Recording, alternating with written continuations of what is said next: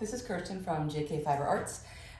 Today, in lieu of the Tour de Fleece challenge for Camage, which I don't want to do the cable ply, so I am going to ply this hand-dyed, and you probably saw I did this, I don't know, a while ago.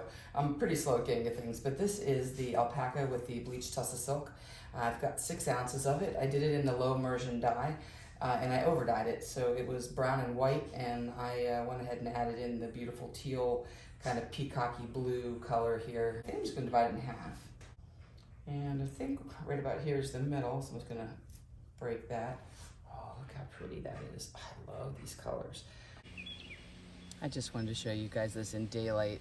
I was doing that video last night, and I noticed that the lighting was kind of poop, so I brought it outside.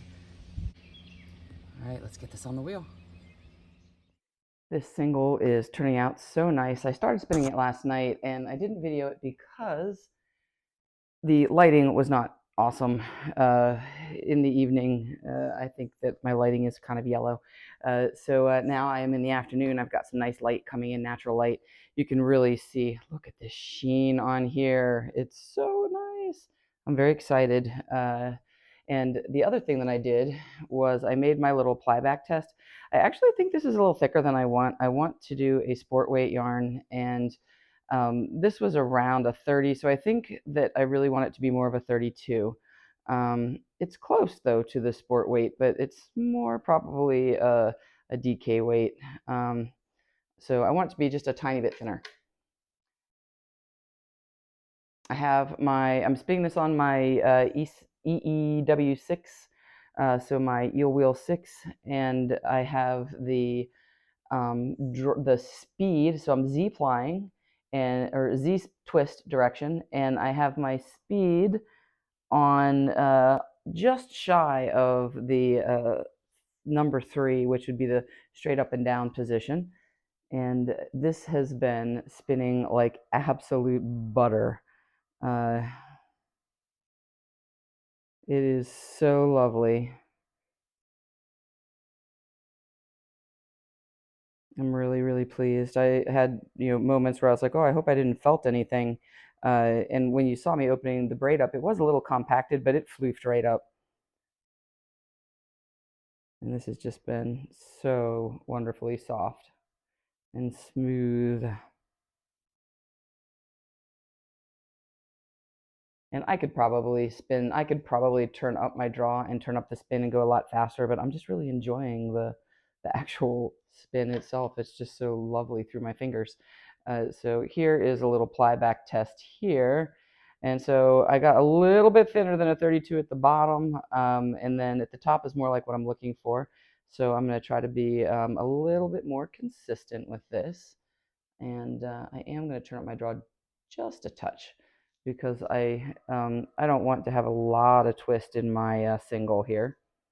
I mean, I want to have it energized, but I want to have maybe a 15-degree ply angle when I do the plyback test. And alpaca and silk are both known for their drapey qualities. Alpaca does not have a lot of memory, so unless you mix it with something that has memory, like wool or like a faux cashmere or nylon. I think merino and alpaca always makes a nice blend. It will tend to stretch out potentially. So this, I just want to do something nice and drapey with. I'm thinking a little shawlette, and I wanted to do this in about a sport weight yarn. One of the things you'll notice is I did not do any pre-drafting, as far as I didn't peel this into strips or anything like that. I just split the braid in half, and away I went. So you want to move through the end of the braid, because, let me show you, I already did it. I did it on autopilot. I just kind of slide over a little bit and start adding in just a few fibers, and that way you stay, I kind of work back and forth across the drafting triangle of the braid. If you just stay in one plane like this, I would spin this all down, and then I'd have really long tails on the ends. I should be coming up to this other one here, so let me see if I can stop before I join it. So if you look here, it's wind a little more on there. Okay. So here is, I'm spinning from this end, and you can see I was just spinning here. So this is shorter. This is a little bit longer. I switched it over just a tad bit sooner than I did the outside. What I'm going to do is I'm just going to move this over to here. I'm just going to pick up just these little barely anything fibers here. And as I pull away, I'm just going to very slightly direct it this way, and it'll catch these fibers, and then it'll just gradually pull it over and incorporate this. And then I will head back the other direction again. That way you don't end up going the whole way down one color and then having to like go back and catch it, and then the color isn't as graduated through here. You know, you may end up going the whole way down here and getting like a bunch of brown, and then coming back up and getting some more blue, and then, you know, so this way it just, I just move back and forth across the top of the top of the top. And I'll show you here. So I'm just drafting this, and you'll see just a couple little fibers caught, and then as soon as those fibers catch, then it's easy peasy. And then I will spin from that section for however long I feel like it. Sometimes I forget and then I have to cut over, but you'll see. Let me see if I can get down a little bit lower here. I'm really enjoying this e-spinner. This is only the second or third thing I think I've spun on this. This is a relatively new purchase. I got it at Sheep and Wool, and then I didn't try it immediately. I don't think I would do any art yarn or anything like that on here, just because of the difficulty in controlling the speed. I vary my speed a lot with my feet when I spin art yarn. I think it might be actually kind of nice for just spinning straight up thick. I might try it. The only downside I currently have is that I don't like my Lazy Kate. My Kromsky Arch Lazy Kate does not accommodate these bigger bobbins as nicely, and they rub on the wood, and I just don't want to damage my wood. So I think for now I'll probably just stick with my Kromsky for art yarn. And what I'm doing is I am letting the twist just kind of travel right up in to this draft, not the whole way up into it, but right at the edge where it starts to catch some of those fibers. And then I can either do a short forward draw if that's what I want, or drawing that. Right now I'm drawing back. I'm doing a little short backwards draw because it's just so lovely and soft. I mean, it's literally just coming out like butter here. It's very, very easy to draft. It takes almost no effort. Now let's stop and show you. So now you can see where I am here. This is where I was, and I just sort of worked my way across, and now I'm just going to work my way back across and get this back to even, and it's just kind of zigzag, zigzag. As long as we're here, let's check our WPI. Well, that looks beautiful right at 32. Let's see how our twist is. That is lovely. I really like it. Let's see how close we are to the tester. I want it to be just a tiny bit thinner than that, and I think that that is the answer right there. Let's see if we can put this under here. So this is the one that I did at the 30, and then this is 32, and it is a little bit thinner, and I think that's going to be the perfect yarn that I'm looking for. So I'm going to go with the 32. I think that's going to be lovely. The nice thing about spinning thin on the e-spinner, I do think it's easier to spin consistently thin on an e-spinner because you don't have to worry about the treadling. The speed is a constant speed, and you can really just focus on your draw and your hands. So I just saw online that the people who do my auto level winder, the level winding systems, they are in the process of designing an e-spinner. So you can purchase the auto level winder, whoops, I stick my finger in here, for this wheel. They make an auto level winder for it, which would be so fast because it would just be doing this on its own. I wouldn't have to slide my hooks. The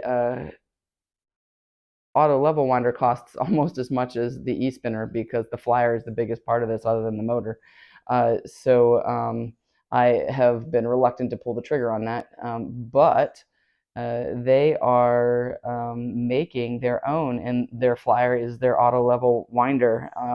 I saw a little bit of it, a little kind of a preview of it on the Facebook page, and it has like a little steampunk vibe to it.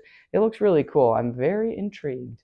I just purchased this one and I really, really love it. And this is a great company with great customer service. But man, Auto Level Winder, also great company, great customer service. So I don't need two e-spinners. We'll see. Uh, we shall see. But I do love the auto level winder, and I was thinking, well, if I was going to get an auto level winder anyways for this one, maybe I should just try out their e-spinner. We'll see. Keep spinning, finish this single up, go to the next, and I'll be back when we are ready to two-ply. Here are my singles all ready to ply. I had mentioned previously that my Arch Lazy Kate, my Kromsky one, doesn't accommodate these 3D printed 8-ounce bobbins very well, even though my Kromsky Jumbo Flyer bobbins are 8 ounces. But I forgot I had this upstairs. I have the 3D printed Lazy Kate, and I'm going to use that. It's tensioned, has a little like elastic thin piece here that wraps around the bobbin into the whirl on the bobbin, and I think it's going to be great. So we'll get this on to the wheel and ply it. Today is a wonderful rainy morning, and it is plying day. I love rainy days. I don't feel like I'm missing out on anything in the summer outside. I did try to go for a walk this morning. I managed to weed my garden for about 20 minutes, and then when I started to walk down the hill, I barely made it out of our property and it started to rain, so I came back. So it is a lovely day for plying. I'm going to put this behind me to the left. I did become aware, I was watching back the video from spinning the single. I have a new mic, and for some reason, and I've used the mic on previous videos and it was great, it got rid of all the background noise. It sounds like I dubbed the video. I did not. That was my voice in real time, but you can't hear any of the background sounds. So I'm going to apply without the mic. Hopefully the sound quality will be good, and I'll try to learn whatever it was I did wrong with the mic that made all the background sound disappear. I find the sound of the wheel and even the sound of the motor comforting, peaceful.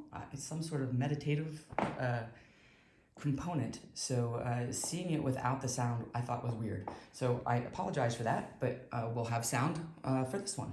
I am just about ready to start this ply. A lot of people out there seem to have this Eel Wheel 6. Maybe 2 weeks ago, I got one of the newsletters from Maurice, who is the inventor of this spinner, the Nano, and the Eel Wheel, and a bunch of other stuff that's awesome. But this orifice hook, he now released some free 3D printed files, and they're really cool plastic. I just haven't got around. I downloaded the files, but I haven't got around to uploading them to the library. My local library will 3D print, and it costs like $2 or something. And I can print out a couple different sizes of these orifice hooks and in different colors and stuff. The new ones that he has, they clip in right here. They're not magnetic. And they're a little easier to hold on to. They're a little bigger for your hand to grip. It has an area to hold on to. But I'm gonna get one. So maybe in the next couple weeks I'll have it, and then I'll spin something on here and show you. So I'm also gonna be experimenting with the tension on this Lazy Kate. This is not, I don't prefer the way the yarn comes off the bobbin on this Lazy Kate because it's vertical. I like them when they're this way and it comes off the front of the bobbin. I don't know. I don't think it makes a difference, honestly, but it's personal preference. So let's see how this goes. And I did remember to switch to S. So that was a mistake that I had made previously. I think I already need more draw. Yeah, I think I need even more draw. Holy moly. Either that or I need less speed. It is very fast. All right, already I can tell my tension's too tight on the Lazy Kate. So I'm going to slow my speed down a little bit on here, and I'm going to slow my draw, and I'm going to keep my draw the way it is because I think I'm having a little, well, I guess it's not too bad. It's not too much. Let's just do a quick peek before I adjust more and look at our angle of ply here. Oh, no, it's exactly good. All right, maybe I shouldn't mess with anything. I'm just gonna take some of the tension off of Lazy Kate because I can feel that it's a little bit too hard for me to pull. Okay, I think I have this dialed in a little better now. I have loosened the tension on my Lazy Kate a little bit. It was just, I was more of a tugging. I was afraid I was gonna break the single because remember, we didn't make it crazy tight like sock yarn. So here is my current ply back test. Which I like, just that very, very gentle open loop when you're doing the actual ply. And my angle of ply here is, well, for this one, it is spot on 15. So let's see how we do continuing on. You'll see I have really slowed my twist down on the dial here. And I'm okay with that. You know, doesn't have to be all speed all the time.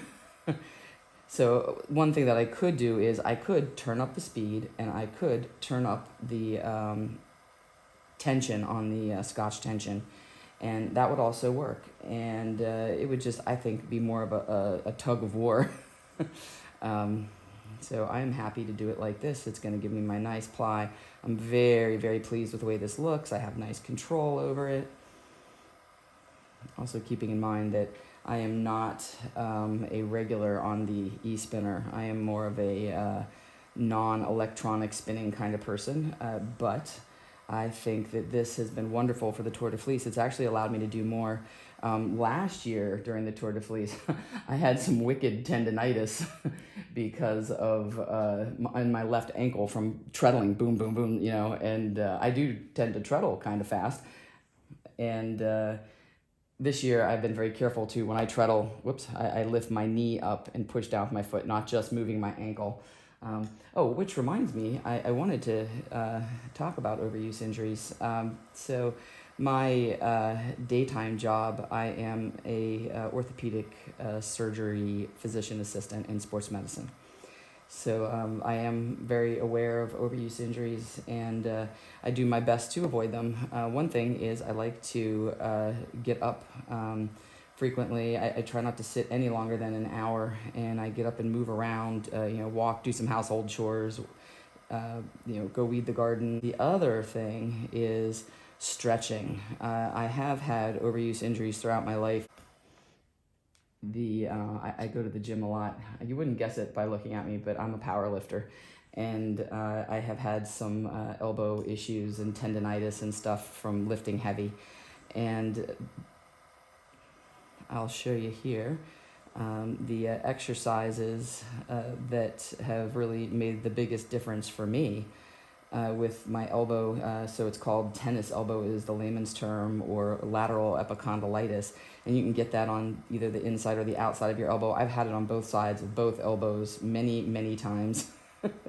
And now I tend to not get it too often because I know how to take the time to stretch. Before I would never bother with it. I just wanted to get done, and I would get so lost in what I was doing that I would just forget to stretch. And once it was sore from weightlifting, it would just continue to be sore when I would spin holding my hands in one position for a long time. So what I have found works best, and these are stretches you can find online. The physical therapist will teach them to you, but I can show you how to do them here. You don't need the physical therapist because hopefully you don't get the problem. I'm going to pause here, and then I'm going to show you some quick stretches. One of the things that bothers me the most when I do a lot of spinning is right here. This funky thing here is where the extensor tendon for the wrist attaches, and that is the tennis elbow. And then this side is the golfer's elbow. But it's an overuse injury, and even though it hurts in your elbow, it's actually a function of using your wrist. It comes from gripping a lot, like pulling weeds, spinning when you're doing this with your wrist. If you can, I'm not a well-defined muscle person, but if you're sitting at home and you bend your wrist like this, you'll see that this tendon here will move up and down at your elbow, and that is where it attaches. So keeping those stretched out will be very helpful. So when you take your break, you know, stand up, walk around a little bit, shake your hands out. The best stretch for the tennis elbow, outside part of your elbow here, is to bend your wrist and keeping your elbow straight, do this. I'll show you from the side view here like that. And that, you should feel it pull through here and it stretches, and that'll just keep that muscle nice and stretched out so that it doesn't get overused.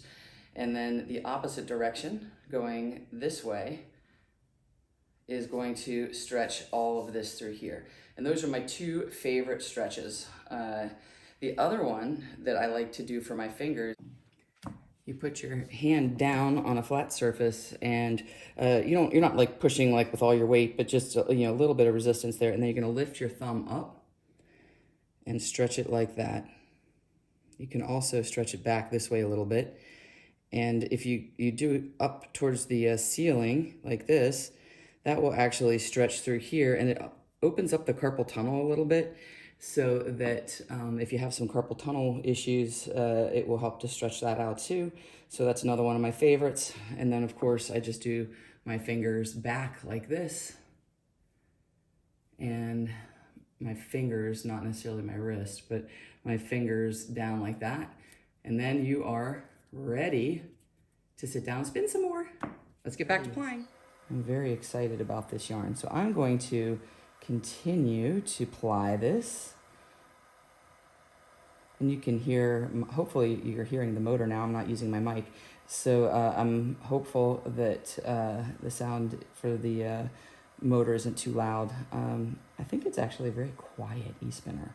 I have to say though, the upside to the e-spinner is it gives you such a wonderfully consistent yarn, because the treadle speed is exactly the same. So once you have that distance dialed in, it's just automatic pilot. You can totally watch a movie or something, or listen to your exciting audiobook. You don't have to worry about treadling faster. Oh, I think this is going to be great. Oh, look at that. And you can see the sheen. Doesn't that look nice? Let's make sure we're still on track with our angle. And there we are, right at the 15 to 20 mark. I really need the auto level winder or the auto level e-spinner. This would be so fast. You would never have to stop. You would just keep feeding it in and feeding it in. It would be like my Sonata, only easier because there's no feet. Maybe this will become my favorite plying wheel if I can get a Lazy Kate that I love. The next challenge, I already started the singles because I have to be a day ahead, which is also one of the reasons why I'm probably not giving you the right stage numbers for these. I believe that this is stage 14 and 15. And then my next one, I believe I got it all wrong when I did the video. So the title will be the correct stage. Time for my favorite part. Let's get it off the nitty-knotty. Oh, look at that. Oh, it looks nice. It's really, really soft. I have the exact ply that I want here. All right, let's get this into sewing. Here is the final yarn. Oh, it looks so good. I wish you could touch it. It is so very soft. I am really happy with the way this turned out. Oh, just look at that. Just lovely. And the final weight, it was a beautiful, consistent ply. It turned out really, really good. I cannot wait to make something out of this. My final WPI is right at the sport weight 12. I will see you guys next time. I do not know what stage I'm on in the Tour de Fleece, but upcoming is spinning a bat worsted and woolen. I will see you soon. And until next time, spin happy.